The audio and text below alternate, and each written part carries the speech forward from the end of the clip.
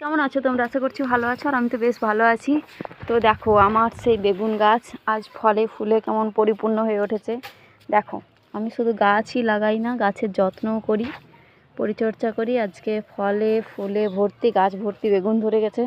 দেখো কতগুলো বেগুন ধরেছে, এখানে একটা, দুটো, তিনটে, চারটে, দেখো অনেক কটা ধরেছে।